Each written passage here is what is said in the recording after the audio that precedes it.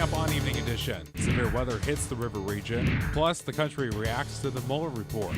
And we speak with an SIU student who overcame adversity. Live from Southern Illinois University, you're watching River Region Evening Edition.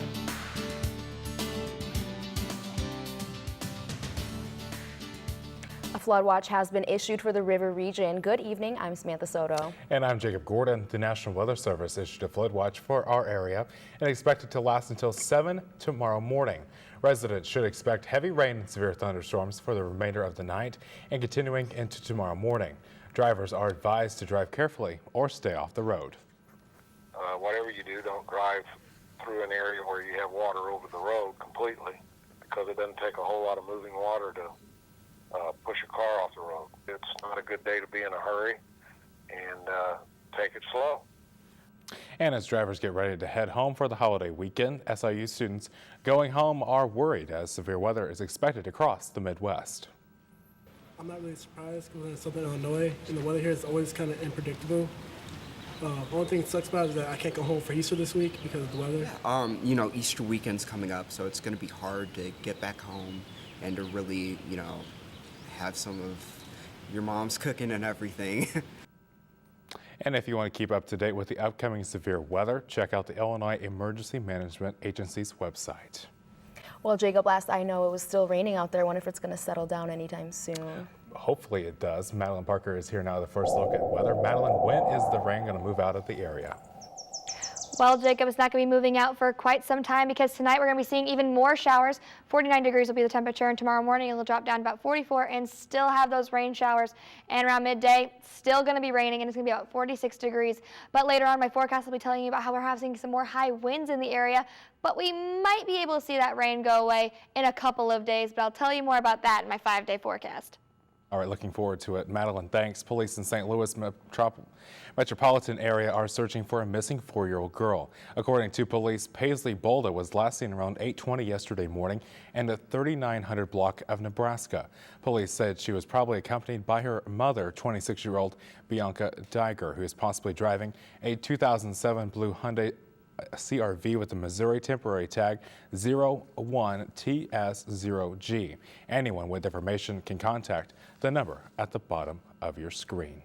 A former arts teacher at a suburban St. Louis school has been sentenced to 5 years of probation for paying an underage boy for sex. The St. Louis Post-Dispatch reports that the 47-year-old Richard Joseph Swartz Ives was sentenced after pleading guilty last month for patronizing prostitution from a 14-year-old or younger child.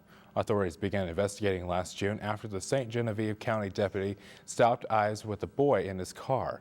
He was fired from the Institute and St. Louis County Day School campus in Ladue. The boy wasn't a student. And a prominent Chicago area Catholic priest who led a home for troubled youths and was removed from ministry this year amid sexual abuse allegations has died. The Archdiocese of Chicago yesterday confirmed that the Reverend John Smith died late Tuesday, but didn't immediately provide details.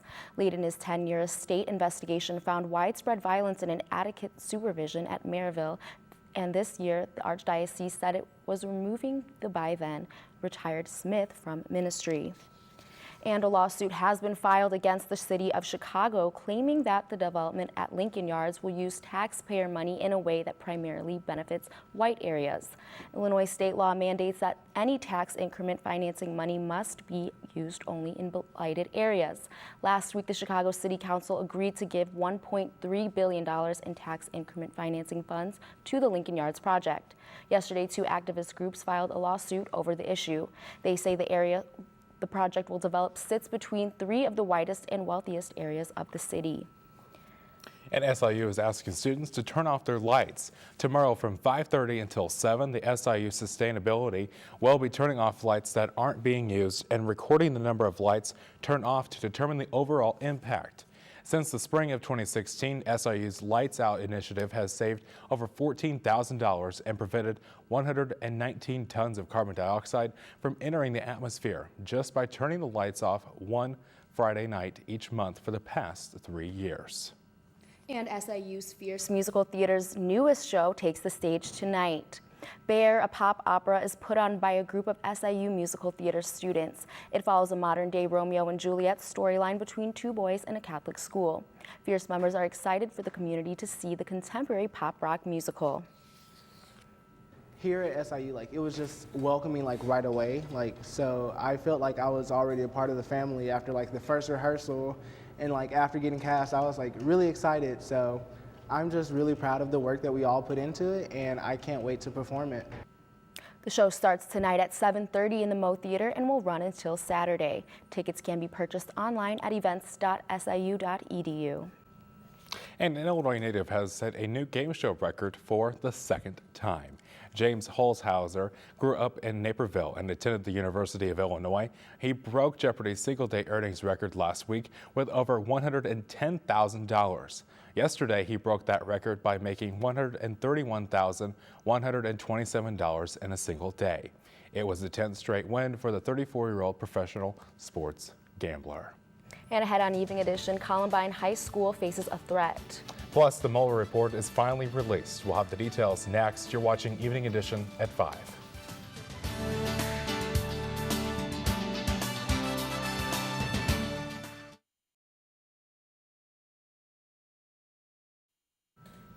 It's finally here. The American public can now read most of the special counsel's findings into Russia's role in the 2016 presidential election. The more than 400-page report from Robert Mueller contains some redactions, but there are major takeaways. Kristen Holmes is in Washington with details and reaction to the Mueller report.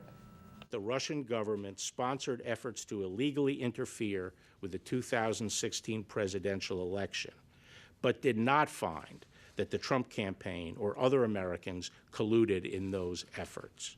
Special counsel Robert Mueller's partially redacted report noting the Trump campaign showed interest in emails stolen from Democrats by Russians meant to hurt Hillary Clinton, but found no evidence of a crime. That is something that all Americans can and should be grateful to have confirmed. On the question of obstruction of justice, Mueller is less clear. His report identifying 10 instances where the president or his aides may have attempted to curtail the investigation, including firing former FBI Director James Comey. The evidence developed by the special counsel is not sufficient to establish that the president committed an obstruction of justice offense. According to the report, once the president found out about Mueller's appointment, he said, quote, "This is the end of my presidency." That was not the reaction of the president that day when I was there.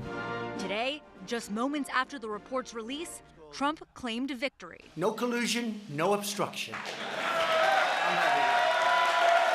Congressional Democrats wanting more answers, calling on Mueller to testify publicly. The special counsel made clear that he did not exonerate the president, and the responsibility now falls to Congress to hold the president accountable for his actions. In Washington, I'm Kristen Holmes reporting.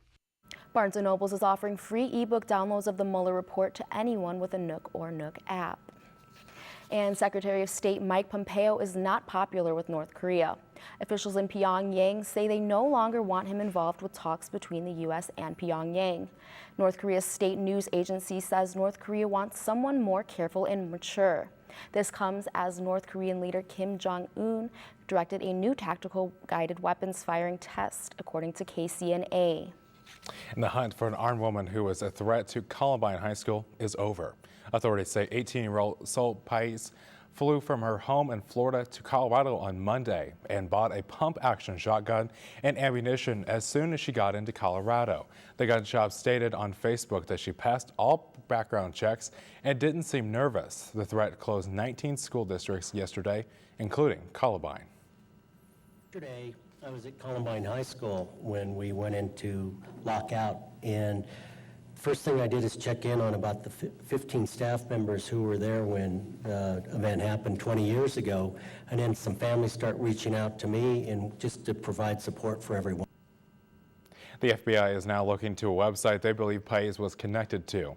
The authorities say that she was infatuated with the tragedy of Columbine in 1999. And protesters were arrested late Wednesday for trespassing at the Tennessee state capitol. Activist group Enough is Enough Tennessee was doing a sit-in calling for the resignation of State Representative David Byrd. Byrd has faced allegations of sexual assault from women he used to train as basketball coach decades ago. The women who came out to protest refused to leave the Capitol until they got to speak with Governor Bill Lee. At least 5 women were arrested. And the U.S. Coast Guard says millions of dollars worth of drugs were found inside carrier bags. The Coast Guard hauled more than 14,000 pounds of marijuana and 3,600 pounds of cocaine into Port Everglades today. In all, $62 million worth of drugs were unloaded at the Florida port. All of it was seized from drug smugglers off the coasts of Mexico, Central America, and South America. Senate Majority Leader Mitch McConnell announced today that he wants to raise the minimum age to purchase tobacco nationwide to 21. He says by raising the age to 21, middle school and high school students will have less access to tobacco products. McConnell says he will introduce the bill in May, and that will include e-cigarettes. The Centers for Disease Control and Prevention says 90% of cigarette smokers try their first cigarette before they turn 18. The tragic death of University of South Carolina senior Samantha Josephson last month created a spotlight for rideshare safety. Today, officials from the university and Uber plan to announce a national effort to raise public awareness and educate students about ride-sharing safety. The press event will feature the campus president, head operations for Uber, and local student leaders and local law enforcement. Safety demonstrations will follow that news conference. Starting July 18th, Amazon is shutting down its online store in China for Chinese merchants after being open for 15 years. Amazon has not explained why it has withdrawn its marketplace, but states it will be focusing on selling goods shipped from other countries into China. Amazon will keep other operations going in China, including cloud services. Well, it was a rainy day across the river region. How much longer will the rain continue to fall? Madeline has a check of your forecast next. But first, on Wall Street, stocks ended the day with positive results. The nightly business report has more coming up next at 5:30.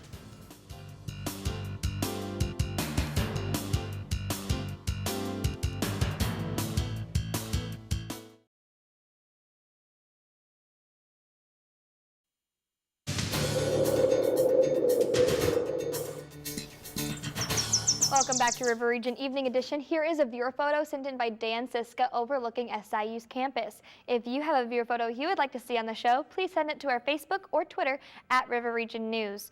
Right now, it is pretty rainy outside with 50 degrees. Our dew point's at 52, and we have 100% humidity because that rain is coming down. We also have a northwest wind of 14 miles per hour, and our barometer reads 29.66. For our almanac, we can see that our high today was 63 degrees with an average of 69 degrees with a record high of 90 degrees. That's pretty high. But for our lows, we had a low of 43 degrees today with an average of 45, only a 2-degree difference there, with our record low being 27 degrees set in 1921. For regional temperatures, we can see it was rainy all around the river region. Waterloo is at 49 degrees with rainy skies. Carbondale is rainy with 50 degrees. Marion is at 56 with a lot of rain.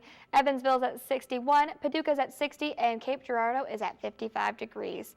We can see in our surface map that we're also be getting a lot more rain. We can be seeing up to 3 to 4 inches of rain all throughout Mount Vernon, down to Marion and Carbondale, and into parts of Cape Girardeau. Paducah is going to be seeing about 4 or 5 inches of rain, so they're going to be seeing even more, but we'll be looking more about that later on in the evening.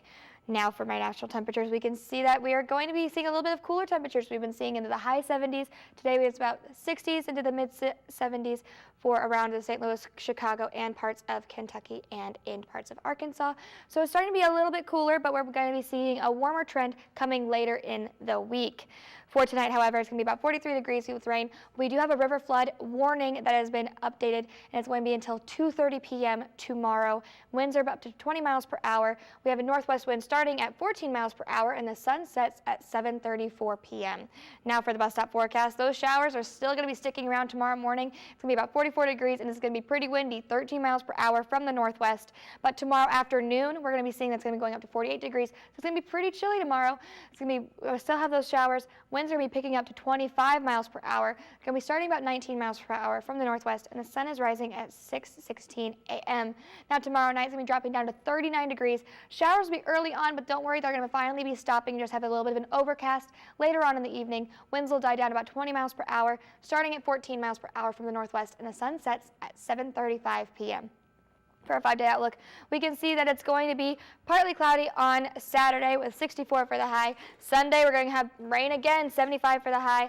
And Monday, we're going to have some thunderstorms with 78 for the high. And on Tuesday, it's going to be 77 for the high. So we're going to be seeing some warmer temperatures. We probably aren't going to be seeing any more of the rain that we've been seeing some rain, but it's going to be dying down a little bit. So hopefully we'll be getting a little bit of a break. Hope so. All right, Madeline, thanks.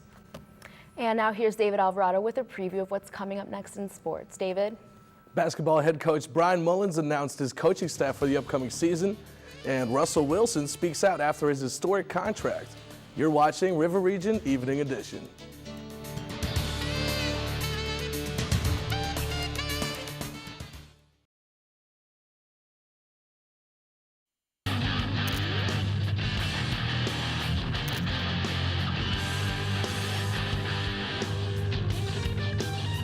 Yesterday, basketball head coach Brian Mullins revealed the rest of his coaching staff for the upcoming season. Mullins tapped Pat Monahan and Javon Mayman as assistant coaches. Monahan is an 11-year coaching veteran who spent the last 2 seasons on staff at UW Milwaukee, while Mayman served as director of operations at Loyola the past 2 seasons, where Mullins was head coach or assistant coach at the time, After bringing on his brother Brendan Mullins as an assistant, this rounds out Brian Mullins' coaching staff for his first head coaching gig. And the track and field team is inching towards the MVC championships as they travel to Lexington, Kentucky for this weekend's Kentucky Invite. Coach Joseph's crew is coming off a successful meet at the Tennessee Relays that saw 3 Salukis earn distinctions for their performances. Thrower Shawnice O'Neal, hurdler Savannah Long, and high jumper Willie Rogers were all named MVC Athletes of the Week on Tuesday. To keep up with all the action on the Kentucky Invite this weekend, follow the track and field team on social media. And the Saluki baseball team is back at the Itch this weekend as they will be taking on MVC foe Illinois State in a 3-game series. The Dogs are coming off a rough stretch on the road, taking a walk-off homer on the cheek against Austin Peay after being swept by Bradley last weekend. Illinois State, meanwhile, sits atop the MVC standings with their 5-1 conference record, tying Evansville for first place. To see if the Salukis can snap their 4-game slump, you can stream the games on ESPN+.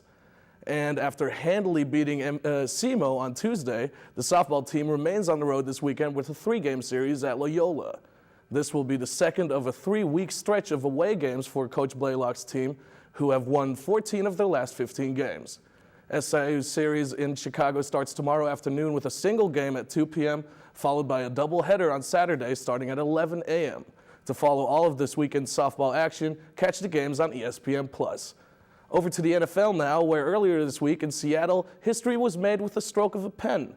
After setting an April 15th deadline with the Seahawks to sign an extension, Russell Wilson signed a $140 million extension on Tuesday.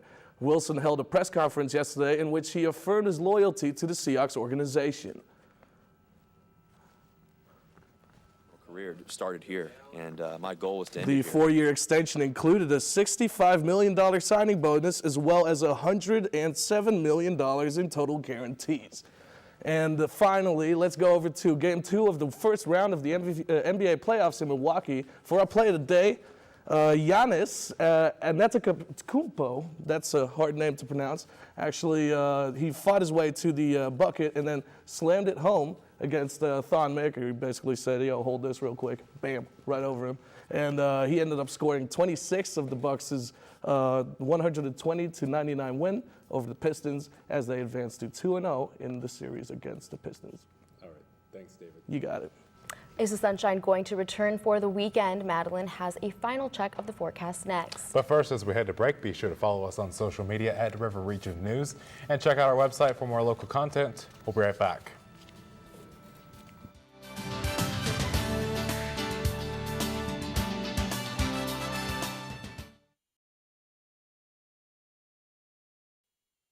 Finally, tonight for our last Saluki story of the year, we spoke with a student from the west side of Chicago. Evening Edition's Phoenix Hoon Simmons has this week's Saluki story. Yasmin Adams was born to a big family in the west side of Chicago. My family's always big on helping everybody, and we were like very close all the time. Like if we're going somewhere, it's probably like 6 more of us coming with. It's not just one person. Adams was told at a young age that she was a bright student, but unfortunately her school didn't allow skipping students. Once I got to 2nd grade, they were like, really, you're just bright enough to go to 5th grade, but we don't skip students here. That just always bothered me because you're telling me I could have been graduated by now. Living in Chicago has its own challenges, especially after Adams' run-in with the police. I think I got pulled over. I was in my mom's car, I didn't have my car at the time. And I got pulled over, and they were trying to take me to jail for saying this is a stolen car.